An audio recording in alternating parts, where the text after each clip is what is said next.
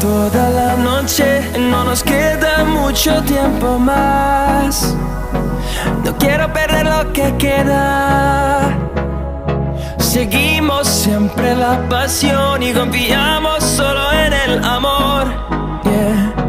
No quiero perder lo que queda. Y más allá, a través de la gran oscuridad, hasta que me convierta en rayos. Y más allá, a través de la gran oscuridad. Y más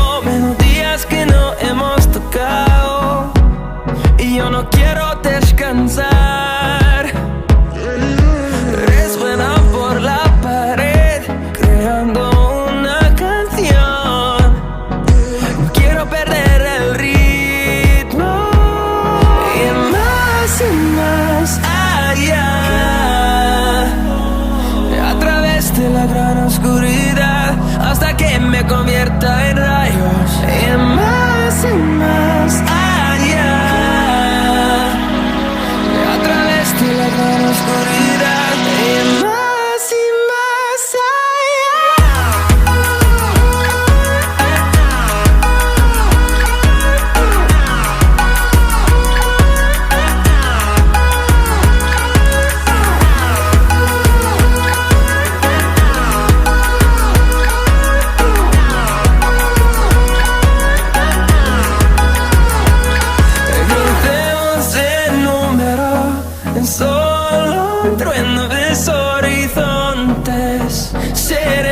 miles, crecemos en número, en solo un trueno de horizontes, seremos miles,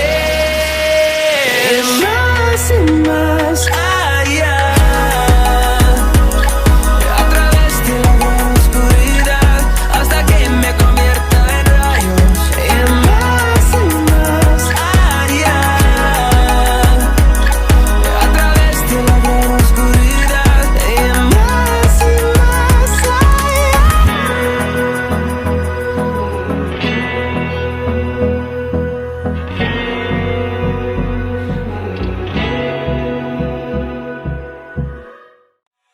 every day we escape, losing all of our faith.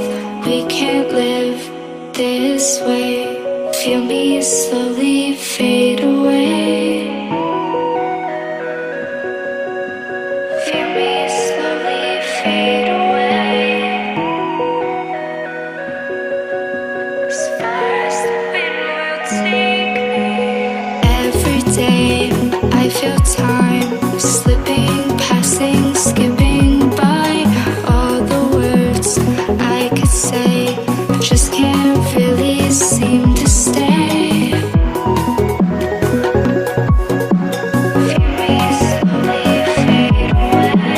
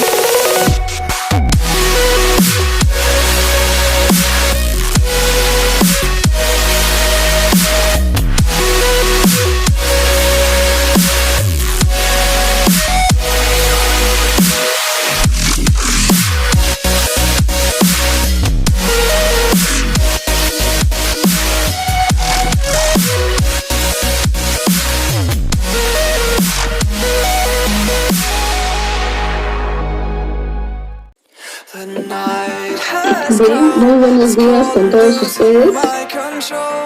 ¿Logran escucharme? Fuerte y claro. Bien, gracias.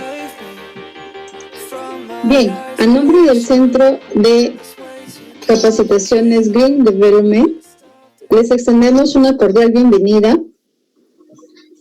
y es un honor contar con su distinguida participación.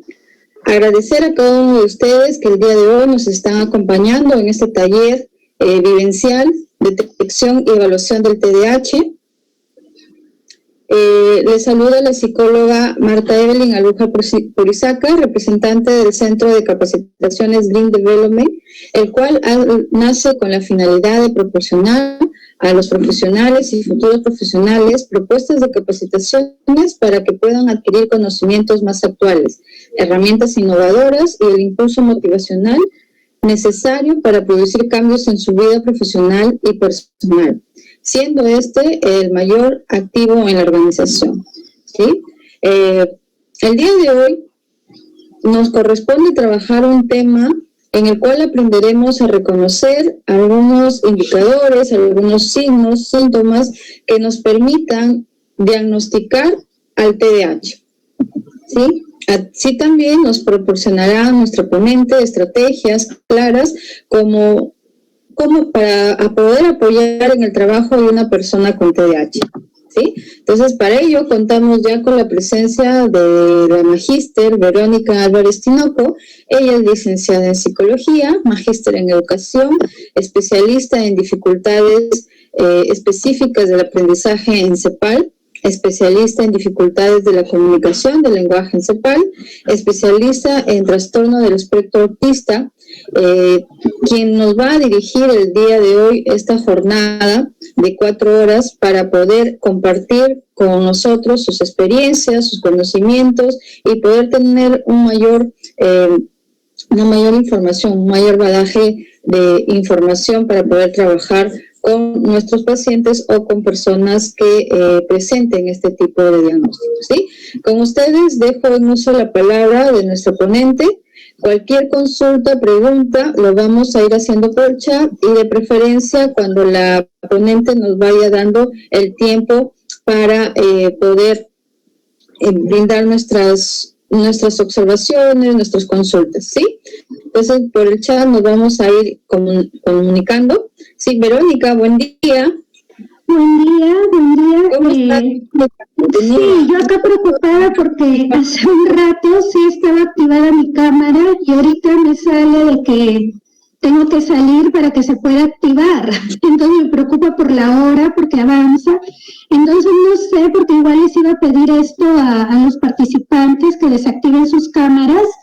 Entonces no sé si, como vamos a tener un pequeño receso en un momento que yo les indique, entonces ahí verifico este tema de la cámara y ahora nada más me confirmen el tema si me escuchan con claridad. Sí, ok, ahorita estamos escuchando. Ya, perfecto, porque me sale que justo estoy acá, me dice necesito licencias, y ingresa y sale y vuelve a ingresar. Entonces ya estoy como mis muchachos con TDAH, que no quiero desorganizar. Ok, no hay problema, igual te podemos dar la opción de ingreso, ¿sí? Pero está bien, ahorita vamos a ir compartiendo, me dice la primera parte, las diapositivas. Así es. Sí, okay. Sobre todo porque has dicho unos puntos muy importantes que me gustaría ir aclarando. Por ahí veo a alguien que está con su toalla en la cabeza, ¿sí? Por ahí veo otras personas que están con su camarita activada. Mientras no haya dificultades en la red, porque a veces sucede que cuando tenemos la cámara activada y el audífono también, entonces eso hace que se ponga más lento el sistema, independientemente del servidor.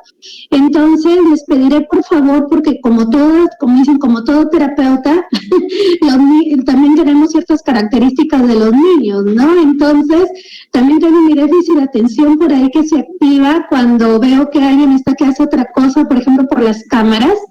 Entonces les pido por favor que desactiven sus camaritas, así como veo que ya está apagado su audífono para empezar, ¿sí? Yo agradecer a la invitación por parte de la institución para lo que es compartir este tema de suma importancia, porque como bien lo ha dicho la colega que me ha hecho la breve presentación, cuando hablamos de TDAH estamos hablando pues de todo un mundo, ¿sí? Entonces, para diagnosticar, que era justo un punto que me llamó la atención cuando hizo la presentación, pues hay que cumplir ciertos requisitos, ¿sí? Y justamente esa es la idea de que el día de hoy quede todo claro en relación a esto que vamos a hablar y que lo vamos a desglosar en 2 momentos para así poder evitar que se sigan cometiendo, como decía uno de mis maestros, sobre exceso en el diagnóstico. Se diagnostica a quienes no tienen el perfil de TDAH y no se diagnostica a quienes tienen el perfil. Entonces es un tema bastante delicado, un tema que a mí sí me llama mucho la atención y al mismo tiempo me preocupa, porque a veces no se poseen las competencias, no se tiene la preparación y de frente se piensa en el test, y ese es un grave error que los psicólogos últimamente están cometiendo en relación a cualquier, ¿sí? A cualquier evaluación o a cualquier motivo de consulta, ¿sí? Entonces voy a maximizar lo que corresponde al PPT. Cualquier pregunta o inquietud la van escribiendo por el chat. Yo por el momento voy a ir minimizando la pantalla para poder de esa manera irse viendo lo que ustedes están teniendo como inquietud, ¿sí? Entonces, vamos a ir primero, bueno, ya les di la cordial bienvenida, ¿sí? Estos monitos representan justamente ese multicolor de lo que presenta la condición de vida del TDAH. Porque cuando hablamos del TDAH tenemos que primero aterrizar en dónde estamos, qué terreno estamos pisando. Porque, como les decía ahora, al igual que el autismo, son 2 temas que se volvieron de moda y ahora cualquiera se suele llamar especialista. Y eso es, como dice una amiga, vender humo, porque no todas las personas tienen las competencias y tienen la capacidad y preparación para hacer este diagnóstico. Detección tal vez, que es justamente lo que buscamos en capacitaciones como estas, pero para llegar al diagnóstico hay que estudiar, hay que prepararnos, hay que actualizarnos, hay que tener el material en la medida de lo posible lo más claro y lo más cercano al original, y lo más importante, hay que saber de lo que estamos hablando, ¿sí? No solamente por una moda, no solamente porque alguien me dijo que había dinero en este campo, y no dejarnos engañar en relación a los sendos cursos que se ofrecen en las redes y que muchas veces quienes los disertan no son especialistas, ¿sí? Entonces, ahora sí me gustaría saber, ¿sí? Yo les he puesto acá estos signos de interrogación. Me gustaría por el chat que me escriban qué saben del TDAH, ¿sí? No les puedo decir los escucho, pero sí les puedo decir los leo, ¿sí? Entonces me gustaría saber qué saben del TDAH. Sí, tengo 24 participantes, bueno, menos yo, 23. Entonces me gustaría que lean, o mejor dicho, que escriban, ¿sí? ¿Qué es lo que saben del TDAH en cuanto a todo este marco que ustedes vienen de repente revisando, el manual, el DSM-5, de la CIE-11? A ver, me gustaría saber, para no ser muy dedocrática, me gustaría empezar primero dando la libertad, que es justo algo que siempre les digo a mis chiquitines de terapia, ¿no? Quiero que sean libres y me escriban lo que saben. No necesito un concepto, porque eso lo vamos a ir aclarando en el camino. Pero sí necesito de repente que me escriban palabras claves para saber con qué población me estoy enfrentando y dónde tengo que enfatizar más, ¿sí? Entonces te voy a pedir, por favor, vuelvo a recalcar, son 23 participantes. Necesito saber qué saben del TDAH. Recuerden que acá todo vale. Nadie sabe más que nadie. Todos valemos, ¿sí? Que te voy a dar 1 minuto.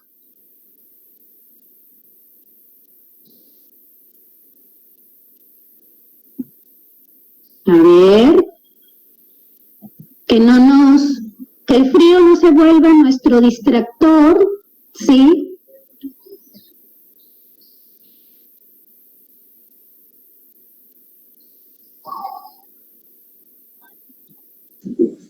A ver, jóvenes, aprovechemos la oportunidad del día de hoy. Recuerden, tengamos un proponente. No necesariamente tiene que ser acertado. El día de hoy vamos a salir ganando esa experiencia y reforzar de repente algún conocimiento ambiguo que tenemos y hoy día lo vamos a consolidar, ¿sí? Muy bien, May. May nos dice, es una condición que se caracteriza por la falta de atención, además de rasgos conductuales y emocionales. Ya, gracias, May. Rosario nos dice, es el trastorno del buenos días, el TDAH es un trastorno, nos está describiendo las siglas, lo cual implica indicadores para poder descartar, en mi caso, de acuerdo a los criterios del CIE-10, como hiperactividad, déficit de atención, y se presenta a partir de los 6 años. Ya. Se ven afectadas las funciones ejecutivas como la memoria, el trabajo. Ya. Es un trastorno neurológico que afecta el déficit de atención. Ya. Es una combinación de atención y hiperactividad. Dificultad para mantener la atención suele verse bastante en niños y adolescentes y se confunde como malcriados y desafiantes. Ya. Es la combinación de la desatención y la hiperactividad. Es un trastorno del neurodesarrollo caracterizado por indicadores de inatención, hiperactividad e impulsividad. Gracias, Beto. Es una condición que se caracteriza por las faltas de atención y conductuales. Es un trastorno que hay varios tipos y se necesita intervención urgente. A ver, vamos a ver qué tan urgente es. Es un trastorno que afecta la atención, que a pesar de puede estar presente tanto en la atención y en la hiperactividad. Las funciones cognitivas se pueden ver afectadas. Vamos a ver si eso es cierto. Los niños suelen ser impulsivos y desafiantes. Vamos a ver qué tan cierto es eso del desafiante, ¿sí? Gracias a todos los que han participado. Ya tengo más claro el panorama de con qué tipo de auditorio estoy con el que cuento, ¿sí? Muy bien. Entonces, todos de una u otra manera tenemos una idea, ¿sí? Una idea tal vez un poco clara, vamos a irlo aclarando, bastante clara. Entonces vamos a ir viendo qué pasa con estos pequeños o qué pasa en realidad con los psicólogos actualmente, ¿sí? Porque justo les comento, el día viernes estuve participando de un conversatorio internacional. Estaban desde la postura de padres, desde la postura del neuropsicólogo, desde la postura del neuropediatra, estábamos los psicólogos especialistas, ¿sí? Y algo que me llamaba la atención era justamente de que nos estaban, disculpando la expresión, dando con palo a los psicólogos, todos los que eran padres de familia de la Asociación de Niños o Personas. A mí no me gusta decir niños porque por ahí también va mi concientización del día de hoy. Cuando hablamos de TDAH, nosotros no nos debemos de restringir a niños, ¿sí? Porque los niños no son los únicos que presentan. Esta es una condición de vida, para empezar, es una condición de vida de corte neurobiológico, ¿sí? No neurológico solamente, sino neurobiológico, que te va a hacer que tú tengas esta condición desde la infancia hasta la adultez. Por lo tanto, ¿qué es lo que sucede con nuestros colegas? Lamentablemente, y lo tengo que decir, y esta hipótesis, como siempre les digo, igual me sucede con el TEA, es una que no la voy a dejar de tener y que tal vez cada vez que tengo una capacitación que disertar, aclararla y refutar y enfatizarla, y quien me refute que me diga con sustento teórico el por qué. ¿Y qué es lo que pasa? De que mucho se habla del TDAH, mucho se dice del TDAH, muchos hablan con pasión sobre el TDAH, pero es un elevado número de psicólogos, incluidos estos que hablan con pasión y determinación, que desconocen, ¿sí? Desconocen qué es lo que realmente se hace o qué es lo que realmente se debe de realizar en las escuelas en relación a esta condición de vida. Desconocen y no manejan, más tristemente, un marco teórico o este es desactualizado, ¿sí? Actualmente, si lo hablamos desde el punto de vista clínico, ya no hablamos de la CIE-10, hablamos de la CIE-11, ya no hablamos del DSM-4, hablamos del DSM-5, ¿sí? Entonces, imagínense, es como que si actualmente se hablara del autismo por separado, autismo y síndrome de Asperger. Eso es un delito mortal, porque actualmente ya no hablamos así, hablamos del trastorno del espectro del autismo. Igual sucede con el TDAH, ¿sí? El TDAH no solo es un problema neurológico o como alguien dice, no, es un problema en donde el niño está limitado. Falso. Nadie limita a nadie, ni siquiera una condición de vida. Entonces, eso es lo que sucede con nuestro entorno. Tenemos un elevado número de psicólogos que no conocen también la normatividad conceptual y procedimental para poder incluir, y cuando digo incluir no me estoy refiriendo a la famosa ley de la inclusión, que dicho sea de paso está mal entendida en Perú, sino cuando digo incluir me refiero a que sepa explicar a los padres cuáles son los derechos que va a tener el niño, la niña, el adolescente, el joven dentro de una institución educativa o laboral, y que eso le va a permitir entrar en contacto sin ningún problema con las personas que le rodean, ¿sí? Entonces, imagínense, ayer sábado, una colega, ya el viernes me había pasado, pero ayer otra vez me dice, quiero que trates a un niño de 2 años que tiene hiperactividad, casi me desmayo. Yo le digo, 2 años hiperactividad, no te pases, le digo. No quiero alardear, no quiero presumirte de decir, mira, cómo es, o sacarte en cara que siendo psicóloga me hables de esa manera, de hablar de un diagnóstico a los 2 años, pero ahí confirmé, por ejemplo, de las dificultades en las cuales nos encontramos. Por eso es que ese día del conversatorio yo sentía, Dios mío, y éramos pocos los que hablábamos con sustento teórico cuando nos cuestionaban estos padres de familia y cuando nos cuestionaban estos neurólogos y nos decían, ¿no?, de que el psicólogo no estaba capacitado para hablar o diagnosticar de TDAH porque todo lo hacían con una figura humana, todo lo hacían con un jueguito y a veces no se reunían las competencias. Entonces, esa es nuestra realidad. Sí, Verónica Díaz Tinoco 2020 les dice desde el año 2018 que esta es una realidad. ¿Y por qué? Porque tenemos más especialistas que casos diagnosticados. Esa es otra tristeza. Tenemos de repente 2.000 o 5.000 chicos diagnosticados con TDAH y tenemos 20.000 disque especialistas. Y cuando uno los busca en su nido o los busca dónde se capacitaron o qué institución los respaldaba, qué tristeza. Porque no encontramos más que de repente por ahí algún tallercito de 2 horas, un diplomado que les dio nada más el título, el cartón, pero no tienen la experiencia. Entonces, esa es nuestra realidad, la cual tenemos que de a pocos ir promoviendo que se vaya disminuyendo, ¿sí?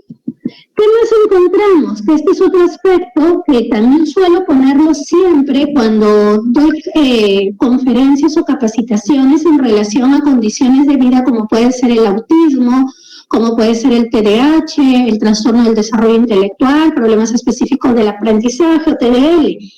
Que el psicólogo, justamente de esta hipótesis, ¿qué es lo que más se reconoce que desconoce? ¿Sí? Que no se acuerda o no pone de manifiesto el objeto de estudio de la psicología y en realidad de todo profesional que se dedica al campo de la salud. Y es que no se percata que el ser humano tiene un cambiante desarrollo. Por eso es que me anticipo en decirles que a los 2 años, al año y medio, a los 3 años, nosotros no diagnosticamos TDAH. ¿Sí? Ni menos en etapa jardín, ni mucho menos en esta época de cuarentena. O sea, todo el 2020, de marzo a diciembre o hasta donde llegue, nosotros no podríamos diagnosticar. Quien les habla, yo no diagnostico. ¿Por qué? Porque es normal que el niño, al estar en una etapa de confinamiento y excesiva exposición de la tecnología, este cambiante desarrollo se vea alterado. Y no necesariamente porque tenga un TDAH, sino porque, uno, este cambiante de desarrollo que te dice que todo niño pequeño es normal que sea inquieto. 2, esa inquietud se va a alterar, ¿por qué? Porque los padres no ponen reglas ni límites, ¿correcto? Entonces, al tener un papá que no ha puesto reglas y límites antes del confinamiento, antes del 16 de marzo del 2020, entonces que no espere que cuando quiere ponerlas, cuando ya las papas se están quemando, hayan resultados. ¿Sí? No hay horarios, no hay límites claros, no hay normas establecidas, no hay reglas de convivencia. En otras palabras, han estado aprendiendo a convivir gracias al COVID-19. Entonces, imagínense que te llega consulta online, porque ahorita está de moda eso, ¿sí? Y hasta para eso hay que tener muchísimo cuidado. Yo ni siquiera adolescentes que he atendido en terapia presencial, estoy atendiendo por teleterapia, porque la persona ya está agotada, la persona ya está cansada de estar frente a un ordenador. Entonces, como le decía una colega, no es funcional. Y menos evaluar, menos, porque yo para evaluar necesito, como lo vamos a ver más adelante, un montón de requisitos. Porque como ustedes bien lo han dicho, es de repente una condición de vida donde está la atención, la memoria, donde está la impulsividad, la hiperactividad de manifiesto. Entonces, de la noche a la mañana yo no puedo decir el niño tiene TDAH solo porque el papá me dice que desde el confinamiento estuvo pegando, estuvo mordiendo, estuvo empujando. Porque hay que primero analizar qué ha hecho el adulto para que se active ese tipo de conducta, ¿correcto? Entonces, por eso es importante, como les decía, que nosotros manejemos, conozcamos, ¿sí?, qué es lo que está sucediendo. Y ahora te hago, en función de esta hipótesis, otra pregunta, ¿sí? Y para eso voy a pedir que lo escribas en el chat, ¿correcto? Quiero que me digas qué es un trastorno del neurodesarrollo. Escríbelo, como te digo, como lo sabes, como lo entiendes, quiero que me digas, ¿sí? Te voy a dar nuevamente un minuto. ¿Qué es un trastorno del neurodesarrollo?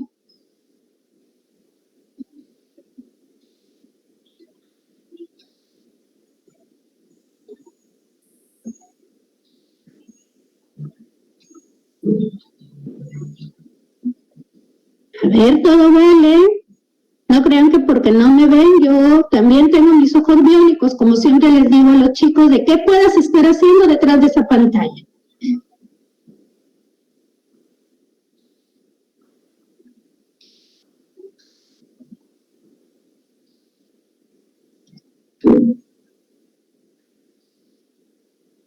Chicos, muy bien, Lady. Dice, se va a alterar las funciones cerebrales. Ya, a ver, vamos viendo qué más.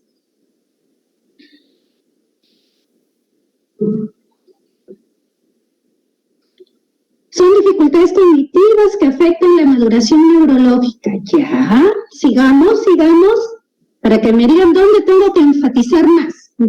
¿Sí? Ya es la misma.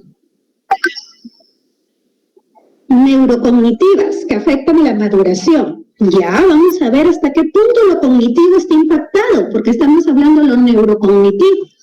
A ver, vamos a ir viendo, como les digo, que vamos a ir aclarando, fortaleciendo, despejando.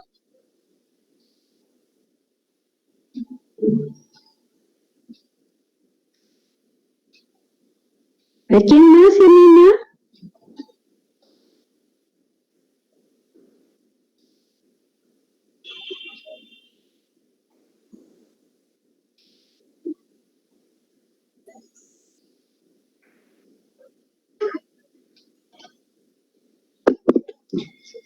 Causan retrasos en el aprendizaje. A ver, vamos a ver si realmente causan retrasos. ¿Ya? ¿Se ve afectado el aprendizaje? Ya, muy bien, Dalia. A ver, entonces vamos a ir viendo, ¿correcto? Vamos a regresar a nuestro PPT y vamos a ir viendo, ¿sí? A ver. Entonces ya quedó claro este objeto de estudio, ¿sí? Cuando nosotros hablamos de trastornos del neurodesarrollo, estamos hablando de aquel impacto cuyas áreas del cerebro van a estar determinadas para, valga la redundancia, para determinada función. Puede ser cognitiva, puede ser ejecutiva, puede ser neurológica pura, ¿sí? Pero ¿a dónde va todo esto? Va justamente a que, como hay algo a nivel neurobiológico que está impactado, vamos a tener acá que los profesionales, más que el diagnóstico, ayudar a concientizar, ojo, no sensibilizar. Cuando nosotros decimos sensibilizar, estamos hablando de decirle a otra persona que mire que hay una persona que tiene limitaciones, que tiene discapacidades, entre comillas, ¿correcto? Que hay que darle oportunidades porque pobrecito, ¿sí? Entonces, hace bastante tiempo, por ejemplo, Hugo Puyol, o también otra colega que se llama Claudia Villegas, nosotros ya no hablamos de sensibilización, sino hablamos de concientización, porque la concientización te lleva, como su mismo nombre lo dice, a elevar la conciencia de las personas para que justamente esto que te estoy proyectando ahora se dé. ¿Qué quiere decir? La sociedad sea más tolerante, sea más paciente y acepte la diversidad. Por eso es que ya no hablamos de habilidades diferentes, por eso es que ya no hablamos de necesidades educativas especiales, por más que el ministerio te lo pone así, nosotros ya no deberíamos de hablar de ello, por eso ya no hablamos de niños especiales, porque todos somos especiales. Sí, entonces, bajo el marco de la concientización, ¿qué es lo que nosotros tenemos que buscar o qué es lo que nosotros tenemos que hacer? Que el contexto o los contextos en los cuales se desarrollan las personas que presentan condiciones del neurodesarrollo, llámese TDAH, ¿sí?, tengan un conjunto de medidas y acciones en la cual se pueda atender a sus necesidades sin discriminación o sin énfasis de decir esta persona es así. Entonces, respetamos su ritmo, respetamos su forma de aprender, no perdemos para nada la motivación, porque la motivación es la gasolina del cerebro, les atendemos sus intereses como cualquier otro niño, les hacemos partícipes de situaciones sociales y culturales, ¿sí? Era como la vez pasada alguien me decía, ¿no? Cuando hablamos de sensibilización, es nada más con decir, ¿no? Ay, en el colegio de Beto hay una niña con discapacidad física. Entonces ya, como somos una escuela muy sensibilizada, entonces le vamos a hacer su rampa, le vamos a poner ascensor, porque esta es una escuela que trabaja la sensibilización. Entonces, desde ahí no estamos atendiendo específicamente a estas situaciones sociales y culturales o respetando a la persona como un ser integral. Lo mismo sucede con el TDAH. De repente en la escuela donde trabaja Lady, le dicen, no hay tantos niños con TDAH, mira, esta aula ya tiene chicos con limitaciones, entonces que ahí no vaya, que vaya el otro. Entonces ahí no estamos atendiendo básicamente las necesidades, porque lo que estamos haciendo es ya disgregar, es separar, que eso es lo que hacía antes el tema de la inclusión. Te incluyo, pero al mismo tiempo te separo. Por eso es que nosotros ahora hablamos de la diversidad. ¿Y por qué más? Porque cuando nosotros hablamos de trastornos del neurodesarrollo, dentro del cual está la condición de vida del TDAH, estamos hablando de esto, ¿sí? De un campo, por eso es que yo decía, vamos a ver qué tanto es lo cognitivo, vamos a ver qué tanto es lo neurocognitivo. Lo que nosotros hablamos específicamente cuando decimos neurodesarrollo, hablamos esto, de las variaciones normales en el campo neurológico. ¿Qué quiere decir eso? Que yo tengo que ver, de repente Donna ya ha tenido ciertos estudios y sabe desde pregrado qué es lo esperado y qué es lo no esperado en un niño, una niña, un adolescente. Entonces ella va a decir, ok, acá hay aspectos que se dieron muy tardío. Entonces, eso, ¿está dentro de la normalidad o está fuera? Entonces, eso vamos nosotros a complementarlo con evidencia científica, ya sea la observación, la entrevista, instrumentos psicológicos avalados y que tengan buenas propiedades psicométricas y más aún la recogida de información de la familia y de todos los contextos, ¿sí? Entonces, estoy tomando en cuenta estas variaciones que se salen de esa curva y vamos también rompiendo mitos, ¿correcto? Porque hay muchos mitos que dicen, por ejemplo, los chicos con TDAH no son inteligentes, y eso es falso. Son muy inteligentes, y yo les puedo decir con nombre: Gabriel, Luana, Sergio, Christopher, Gabriel otro, porque tengo varios Gabriel, Leonardo, Leandro, son chicos muy inteligentes. El tema es que justamente el contexto no les hace que se explote esa inteligencia, ¿sí? Entonces también es importante que nosotros vayamos rompiendo mitos en relación a qué es lo que buscamos en los chicos con TDAH, ¿sí? Los chicos con TDAH, como ustedes bien lo han dicho, es una condición, ¿sí? Por lo tanto, no son discapacitados. porque los discapacitados son aquellos que tienen una pérdida a nivel de función física, mental o sensorial. Por lo tanto, sería incorrecto, inadecuado e inhumano decir a una persona con TDAH, también con TEA, que es una persona, señora, su hijo tiene discapacidad. Y eso es algo que yo vengo luchando con el ministerio desde hace ya más o menos un par de años, porque lamentablemente, cuando uno va a la escuela, ¿qué te dicen? Su certificado de discapacidad, ¿sí? Y eso no debería de ser, ¿por qué? Porque el TDAH no se asocia a trastornos mentales, ¿sí? No se asocia.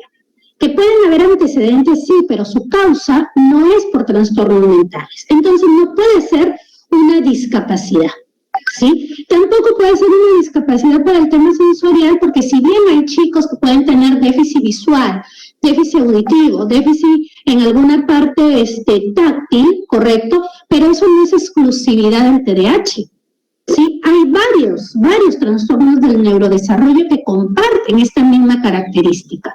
Entonces, no puedo yo decir que el TDAH es una discapacidad, ¿sí? Desde el marco del Minedu se le sigue contemplando como necesidades educativas especiales. Nos vamos a olvidar de eso especial y vamos a hablar mejor de atención a la diversidad, porque como ya les he mencionado, nosotros nos vamos a centrar en el apoyo y la atención que la persona debe de recibir en aquello que tienen en déficit o en exceso. Porque recuerden que es un mito que las personas con TDAH no tengan inteligencia o no sean inteligentes o sean muy superdotados, ¿sí? Lo que nos interesa es justamente hacerle la vida más funcional. ¿Y qué significa hacerle la vida funcional? Que al margen de su diagnóstico nosotros les ayudemos a desarrollar conducta adaptativa, ¿sí? Que les resulten ajustadas a lo que ellos pueden, como cualquier ser humano, y que no les resulten complicadas, porque acá viene el problema. El diagnóstico no es el problema. El problema es que a veces los infravaloramos o los sobrevaloramos. Y al infra o sobrevalorarnos, ¿qué estamos haciendo? Poniéndoles metas que no son ajustadas a la realidad. Y los frustramos, los angustiamos, y si su predominio es en la hiperactividad o la impulsividad, pues se va a tener ahí una pérdida de información en relación a todo lo que el niño, niña o adolescente pudiera lograr, ¿sí? Entonces, dentro del modelo social que el Ministerio de Educación, es importante que nosotros sepamos, como les digo, que todavía se siguen trabajando marcos obsoletos. Como decía la doctora Esther Velarde, estamos en el 2020 y seguimos manejando conceptos del 92. Imagínense, en el 92 yo estaba en la escuela todavía, en primaria. Entonces, desde esa época se siguen hablando de estos dos grupos, de las permanentes y de las temporales. Y lamentablemente, lo debo de decir así, este grupo está desactualizado. Imagínense que les hablo del 92. ¿Por qué? Porque han considerado el TDAH y los problemas de lenguaje y aprendizaje dentro de las necesidades o la atención a la diversidad temporal. Y eso no debería de darse, porque estos tres que están acá son condiciones de vida, pertenecen al grupo del neurodesarrollo, porque en los tres hay una condición de vida de corte neurobiológico, ¿correcto? Acá más énfasis en el lóbulo frontal, acá tenemos que ver qué parte es el área de Broca de Wernicke, acá tenemos que ver, de acuerdo a lo específico de su dificultad de aprendizaje, dónde está, ¿sí? Entonces, imagínense, cuán débil y cuán deficiente está nuestro Ministerio de Salud y nuestro Ministerio de Educación. Y consideran a los problemas de conducta y emocionales, así como atencionales, entendiendo la atención desde el punto de vista del niño distraído, no como suelen hacer algunos colegas o docentes, es hiperactivo, por ahí no va, ¿sí? Porque todos en algún momento tenemos dificultades para focalizar la atención, todos, absolutamente todos. ¿Quién puede estar en una misma posición? Nadie, ni siquiera el que está en estado catatónico. Entonces, por eso es que les decía que dentro de este grupo, sí, hay 3 de las 6 que no deberían de estar. Y en las permanentes, sí, dentro de este grupo deberían estar las otras 3, pues ya tenemos las que comúnmente son asociadas, ¿verdad? una persona con discapacidad visual, una persona con discapacidad auditiva, una persona con discapacidad motora, una persona con trastorno del desarrollo intelectual y, a Dios gracias, desde hace cierto tiempo, pero con unas normativas que todavía hay que seguir corrigiendo, el trastorno del espectro del autismo. Sin embargo, recuerden que una persona con discapacidad visual, TDI o discapacidad auditiva no está ajena a presentar también TDAH. Que esto va a ser lo base, sí, pero va a venir la famosa comorbilidad. Y se los digo porque desde hace bastante tiempo ya venimos trabajando con personas que tienen, ¿no? De repente su implante coclear, tienen su audífono, pero también tienen su condición de TDAH. Tenemos chicos, me acuerdo mucho de Miguelito, que tiene él discapacidad visual o déficit visual, sin embargo también tiene su TDAH. Tengo mi Fernanda que tiene TDI y también tiene su TDAH y además tiene epilepsia. Obviamente la epilepsia es la base, ¿sí? Por el tema orgánico. Tengo chicos con TEA, ¿no? Por ejemplo, mi Sergio, y Sergio también tiene TDAH, ¿sí? Entonces, definitivamente que el TEA es el que predomina y luego viene el diagnóstico del TDAH, pero no hay una exclusividad, ¿sí? Entonces, ¿qué más debo yo de conocer en relación a este marco del TDAH que está dentro del grupo del neurodesarrollo? De repente quienes ya me han escuchado en algún momento dirán, otra vez nos va a volver a hablar de unos periodos críticos y sensibles. Pues te comento que si esto no está claro, ¿sí? Si esto no está claro, vamos a tener dificultades. ¿Saben por qué? Porque si el psicólogo, ¿sí? Si el psicólogo no maneja y no tiene conocimientos al respecto de esta condición de vida, como puede ser el TDAH, ¿qué va a suceder? Va a pasar de que a un niño de año y medio, a un niño de 2 años, le va a decir que tiene diagnóstico de TDAH. Y eso no es así. Porque cuando nosotros hablamos del periodo crítico, estamos hablando de todo lo que es esperado para ese niño, de todo lo que es esperado para esa niña. Entonces, yo tengo que ver con una prueba que mida perfil del desarrollo, ¿sí? No las escalas de Siracusa, no la rueda del desarrollo, no el TEXI, no el Vineland 1, porque ya estamos en el Vineland 2, pero está en inglés, y si no manejas inglés no la vas a poder aplicar, y si te das cuenta, los baremos son norteamericanos, entonces no son aplicables por el idioma y por los baremos a la realidad peruana. Entonces, actualmente tenemos escalas del desarrollo que se suelen utilizar. La más accesible y económica es el DP3, ¿sí? El perfil del desarrollo 3. Luego tenemos el Batele, tenemos el Murray-Palmer, tenemos las escalas Leiter, ¿sí? Pero para poder utilizar este material necesitas primero conocer, capacitarte, entrenarte, ¿sí? Por lo tanto, es de suma importancia que nosotros manejemos este marco, ¿sí? Si nosotros manejamos este marco del neurodesarrollo y sabemos que ese niño que llegó a consulta conmigo es un niño que yo voy a poder de repente sugerirle al papá, ¿no? Que no le voy a decir que tiene TDAH, sino por el instrumento que evalué que necesita áreas que seguir reforzando, entonces ahí estoy hablando del periodo sensible. Porque ese periodo sensible me va a llevar justamente a esa incorporación. Específicamente en el TDAH, por ejemplo, si yo en el periodo crítico encontré que hay dificultades a nivel motriz, que hay dificultades a nivel sensorial, que hay dificultades en relación a la conducta adaptativa y más aún al lenguaje y comunicación, y el niño nunca ha ido a terapia, le tengo que sugerir al papá para que incorporen, ¿no? Esas habilidades que le faltan llegar a su continuum, ¿sí? Necesitamos que ese papá lo lleve a terapia.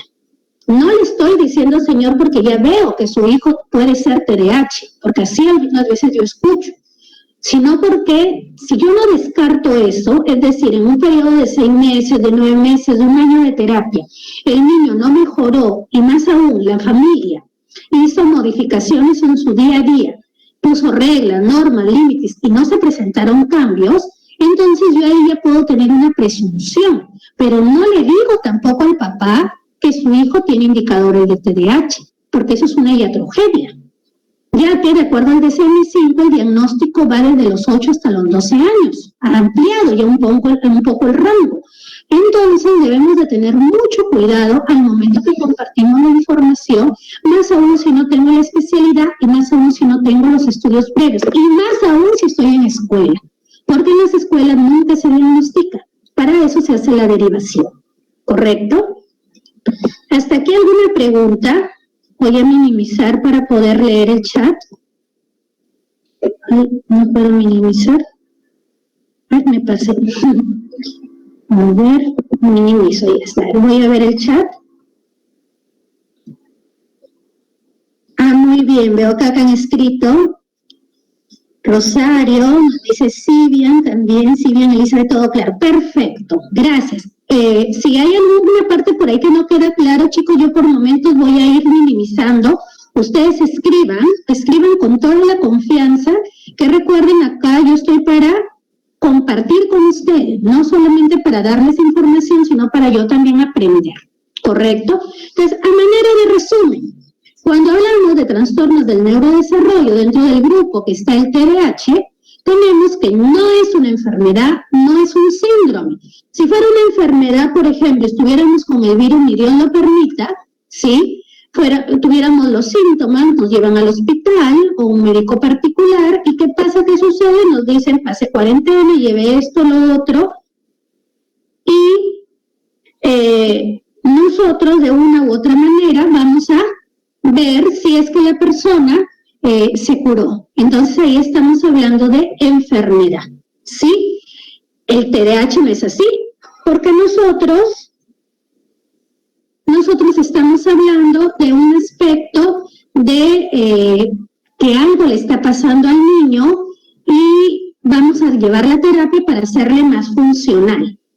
El síndrome, estamos hablando de un aspecto que va ya algo específico como el síndrome de Down, que no le va a permitir, no le va a facilitar de repente tener un desarrollo por lo mismo del síndrome, ¿sí? Entonces, lo que vamos a hacer nosotros es dejar en claro esto con la familia, con los padres, con las personas, para poder de esa manera nosotros determinar si es que la persona le quedó claro que su hijo tiene una condición de vida en la cual vamos a ver un conjunto de síntomas o comportamientos y eso le va a generar alteraciones, ¿sí?, en los procesos cognitivos y afectivos de su desarrollo y que no hay una causa específica, ¿sí? No hay una causa específica, por eso nosotros no podemos decirle al papá que ella o él es el causante, ¿sí? Por algo es que la etiología aún es desconocida y no hay marcadores biológicos que nos permitan ver si es que la persona, ¿sí?, que está en el cuadro probable de presentar un TDAH tenga hasta el final de su observación evolutiva realmente la confirmación del diagnóstico, ¿sí? Entonces queda claro.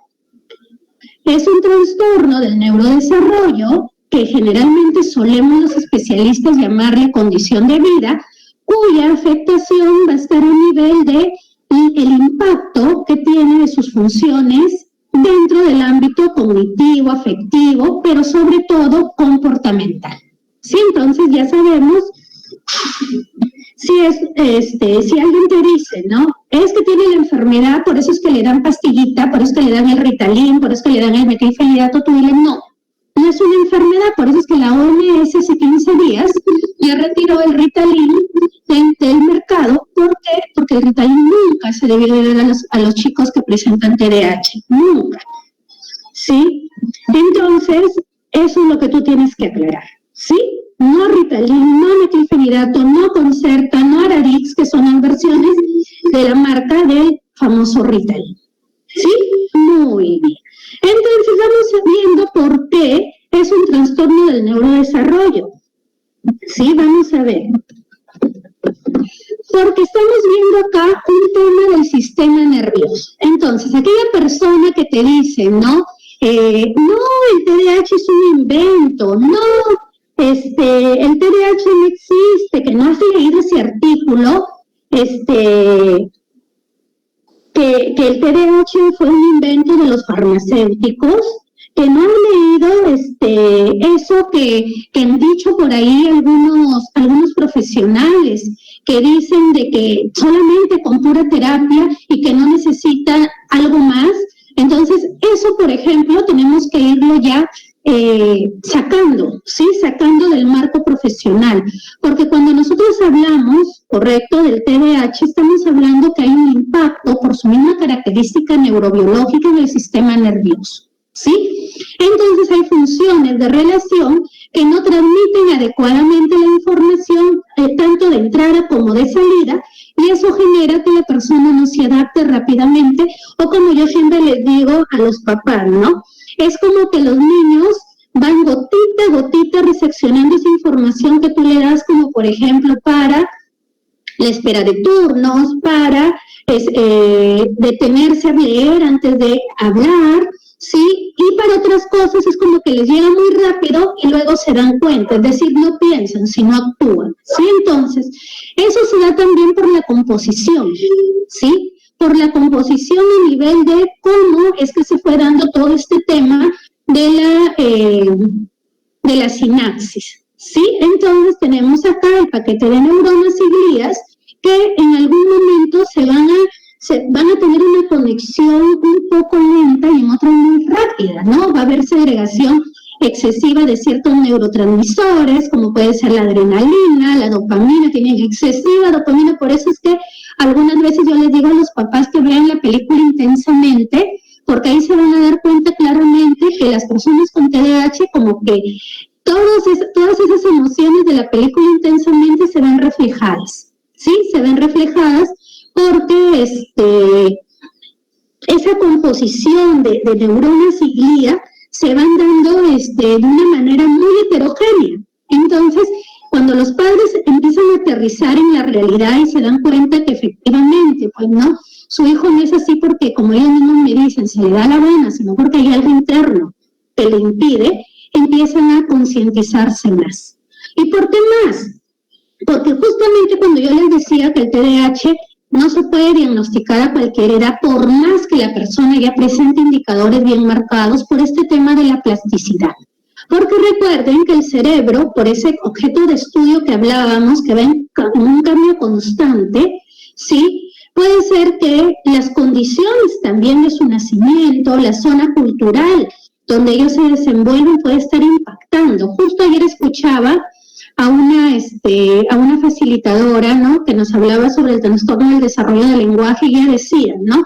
No es novedad para nosotros saber, por eso es que hay los trastornos específicos de neurobiología, que tienen un carácter neurobiológico, no se diagnostican antes, por más que ya nosotros tengamos la presunción, por la sencilla razón que si una persona, un niño en este caso, ha crecido en un lugar donde ha estado privado de muchas cosas, como ella decía, ¿no?, de pobreza afectiva, de pobreza de reglas, de pobreza de normas, pobreza o reducción de información a nivel de vocabulario, de léxico, etcétera, va a tener una marcada diferencia con aquel niño que sí ha crecido en un contexto favorecido, ¿sí? Un papá que le habla todo el tiempo, una mamá afectuosa, una mamá que le pone reglas, puede ser la mala de la película un ratito, pero luego es la buena. Entonces, todo ello hace que hayan diferencias por este tema de la neuroplasticidad, y por eso es que nosotros decimos,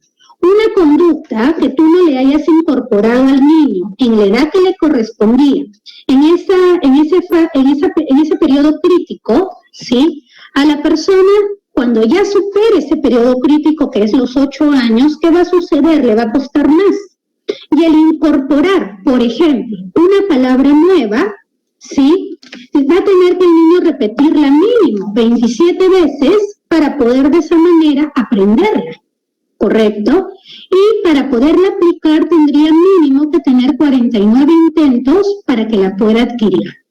Si el niño no lo ha logrado hacer dentro de su periodo crítico y sensible, que estamos hablando de la primera infancia, es decir, desde los 0 hasta los 5 años, entonces luego no le pidamos a ese pequeño que lo haga, cuando, como yo siempre les digo a los papás, las papas se están quemando, porque a veces los papás se preocupan cuando ya va a la escuela y los profesores les empiezan a dar las quejas, ¿sí? Entonces, hay un aspecto muy importante que nosotros tenemos que conocer en todo este marco neurobiológico, porque recuerden que ahí se da la migración celular. Y esa migración celular te va a llevar luego al periodo crítico y si no se incorpora en su momento, después no se va a poder dar. Por eso hay que tener mucho cuidado también cómo les orientamos a los padres en el sentido, por ejemplo, de los idiomas, ¿ya? Porque si bien es cierto, hay una edad en donde el cerebro está muy, muy permeable por este tema de la plasticidad, que puede aprender hasta chino mandarín, pero si no habla su idioma materno, de nada sirve. ¿Y por qué les comento esto? Porque hay muchos chicos con TDAH que te hablan hasta 5 idiomas, pero su lengua materna no la entienden. Entonces eso es lo que le genera las dificultades de conducta. ¿Y por qué les decía chicos con TDAH? Porque así fueron diagnosticados, pero en realidad viene la duda. ¿Qué tanto TDAH será? ¿Sí? Porque como siempre les explico a los padres, ustedes ya me vienen con el diagnóstico y quieren que les haga terapia, pero si yo veo que este chico entiende en italiano, entiende en francés, en alemán, yo no hablo ese idioma, ¿qué me garantiza que si yo hablo el español y yo le voy a hablar en español porque es mi lengua materna y él no me lo entiende, la terapia va a tener efectividad? Sí, entonces hay que nosotros ir teniendo todos estos, como le llamo yo, predictores, precursores, para poder luego determinar si es que voy por el camino correcto. Porque recuerden lo que les decía hace un rato, cuando hablamos de condiciones de vida, no estamos hablando de un punto en específico o de una área cognitiva, ¿sí? Que era algo que mucho me escribían en el chat. No estamos hablando de un área cognitiva, estamos hablando del impacto en el funcionamiento, ¿sí? En el funcionamiento en su vida personal, social, académico, ocupacional y laboral. ¿Sí? Y laboral, porque recordemos que el TDAH no es exclusivo de los niños. Por eso es que yo me preocupo cuando mucho hablan del TDAH infantil. Cuando el TDAH infantil no se queda en la infancia, se va hasta la adolescencia, se va hasta la adultez, hasta la tercera edad. Y ese grupo de personas son las que no se les atiende, porque solamente pensamos que es a nivel infantil. ¿Y por qué más? Porque ese impacto en el funcionamiento va a estar dificultándole tanto a nivel específico como a nivel global, ¿sí? Miren ahí, vayan analizando sus respuestas, en dónde estaban ustedes focalizándolo, ¿sí? Aquellos que por ahí fueron participando en el chat, miren dónde están focalizando. Si nosotros hablamos del TDAH, tenemos afectación en el aprendizaje, pero no como causa, ¿sí? No es que el TDAH causa el problema de aprendizaje, sino que hay un impacto y muchas veces no es que el chico con TDAH tenga el problema específico del aprendizaje, sino hay un problema general del aprendizaje. ¿Por qué? Porque justamente por este impacto del funcionamiento hace que la vía del aprendizaje no llegue de manera directa. Y obviamente algo que siempre va a estar vinculado al TDAH es el escaso dominio, control de sus funciones ejecutivas, ¿sí? Y las funciones ejecutivas, ¿sí? Tenemos memoria de trabajo, tenemos el tema de la atención propiamente dicha, la planificación, tenemos el tema del autocontrol, ¿sí? Entonces, en todo ello se ve impactado de manera específica. Y el tema a nivel global, que es de habilidades sociales e inteligencia.